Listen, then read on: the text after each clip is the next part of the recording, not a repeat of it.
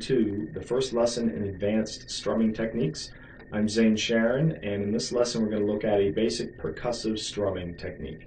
It's been used for a long time for all kinds of guitar styles, and it's more popular than ever with people like Jack Johnson and Jason Mraz playing it.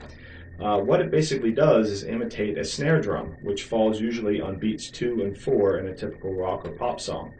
And so you don't need to hire or pay for a drummer. You can be your own in essence. So let's take now a look at the left and right hands. With the left hand, we're going to play a simple G chord.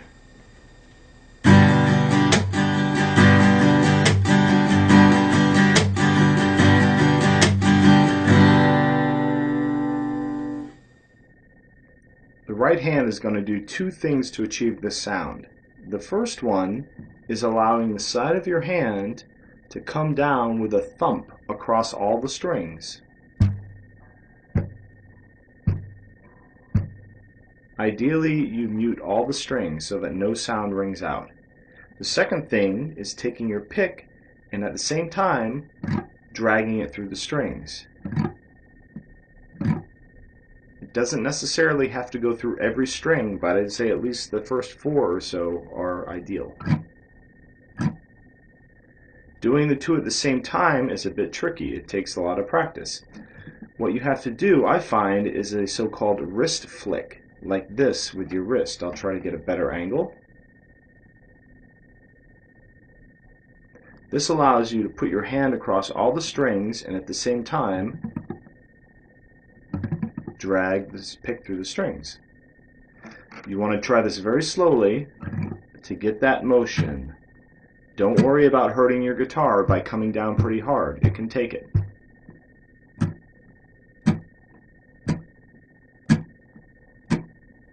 This percussive beat is going to fall all the time on beats 2 and 4. These are typically where the snare happens in a rock song. Now I'm going to try it very slowly for you, playing a regular G chord.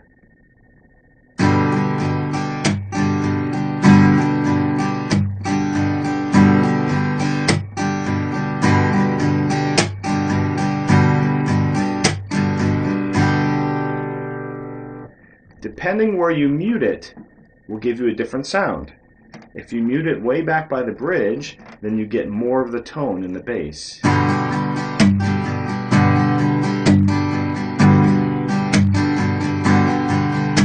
If you move your hand up a little bit, so you have no palm muting, then you get a nice, clear, crisp strum.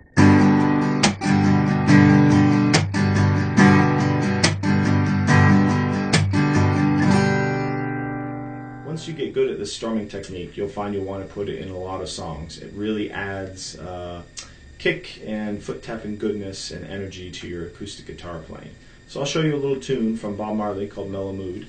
I put it on the capo on the 2nd fret, and the chords are simply G, C, G, and D.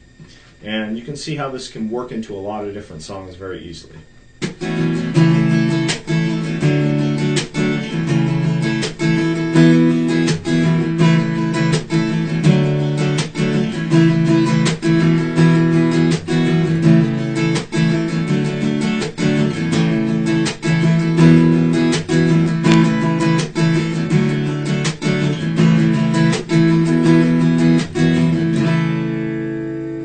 So that's all there is to it. A lot of practice, some careful playing, and you'll have it under your belt. At the end of this video, you'll find tablature. You'll also find my websites, and if you like this lesson, please subscribe to my channel, as there are many more to come. I'll see you next time.